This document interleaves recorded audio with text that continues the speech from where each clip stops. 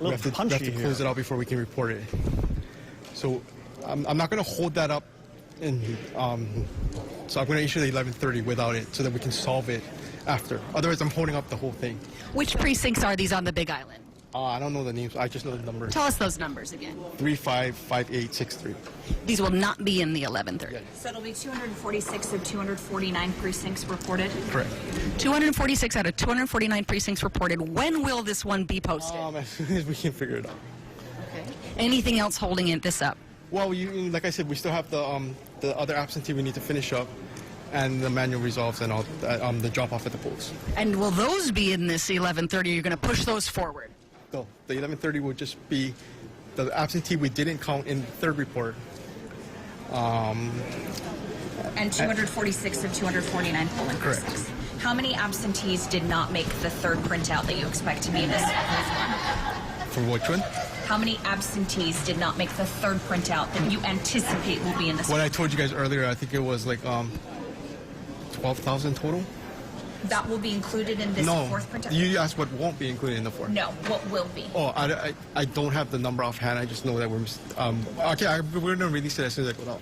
Will any of the additional mail that we've been waiting for, the 5,000 to 6,000, or so, you're going to push that to the 5th? Because we had cut it off, we had to cut it off. If we were to continue processing, it wouldn't have made it into this. So all of that mail pushed to the 5th printout sometime in the middle of the morning? We hope to get to it sooner. I mean, we're already done with the last batch. Let's go get those 1130s posted, and we'll bring that to you. Okay, so that was the precincts there, a few of the precincts on Big Island that will be held off from the 1130. The Chief Elections Officer is going back downstairs now to try to get that posted for us to see, and it sounds like he said they're going to push a whole bunch of these mail ballots to a 5th printout that will be sometime after midnight.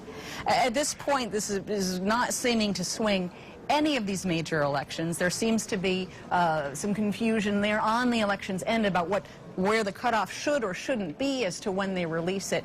Whole bunch of mail ballots being pushed off, and 3 precincts from the Big Island being left all the way to this new 5th printout. 246 out of 249 precincts will be reported in what they're calling the 1130, but is creeping toward a midnight posting. And we're not seeing it posted up here yet on our end. They're just now reaching downstairs to the computer area. If I step out of the way, what we can see here as they go back down, there seems to be a sort of a computation area that they check things out with the programmers. It's up. We have the 1130. Let's see.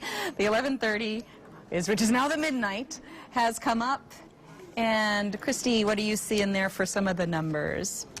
We see, so David Ige, again, maintaining that lead that he's had all night. We didn't expect any change there. 118 to 101, kept a healthy margin above Colleen Hanabusa, who has already conceded.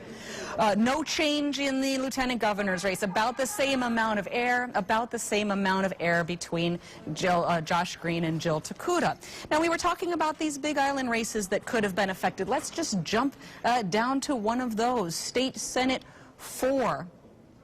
Lorena Noy remained on top, 900 votes above Heather Kimball here in State Senate District 4.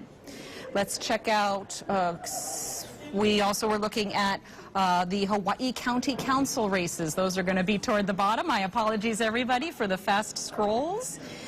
Council districts, where are we on the Big Island? We're looking at 1. Poindexter maintained a healthy lead over Sade. Number 4, Kierkowitz versus O'Hara. Okay, again, same trend there. No, nothing flipped on that particular race. And in this other one here, District 5, nothing changed there in terms of who was in the lead. Now, all we have to check on that could have been affected by a significant east side swing is the House. Again, sorry for the ride with the scroll. We'll go to State House. Number 1, State House 7, let's take a look. Tarnas versus Evans. That is close. Let's zoom in there. Tarnas versus Evans. Let me also reduce for the blank votes while you look at that. already Tarnas is at the 52%, and when you take out the blank votes, that will only go higher. So doesn't matter. That doesn't matter. My apologies. That doesn't matter for the blank vote calculations. But Tarnas above Evans in District 7 on the Big Island, leading the incumbent there. That Cindy Evans is trailing the challenger, David Tarnas. We'll try to take a look at 1, 2, and 3 in the State House, because those are also over in eastern side of the Big Island. And that is Drew Kanuha here. Oh, I'm sorry, that's State Senate. Let me get to the House. It's getting late. All right. State Rep District 1, Mark Nakashima, a healthy lead over Pike Mander. And 2, Todd maintaining the lead that's had all night over Napiahi. And then we did have a kind of a run here with few hundred votes cast in the Republican race. That didn't change the lead there for Republican. And in the Democrat, Onishi leading by about 600 votes there in District 3. All right, so again, a few thousand ballots are going to be pushed. 3 more precincts from the Big Island will be sometime in the middle of the night. Several thousand mailed-in ballots from Oahu will be sometime in the middle of the night. Nothing that's going to affect any of those races we are watching so far.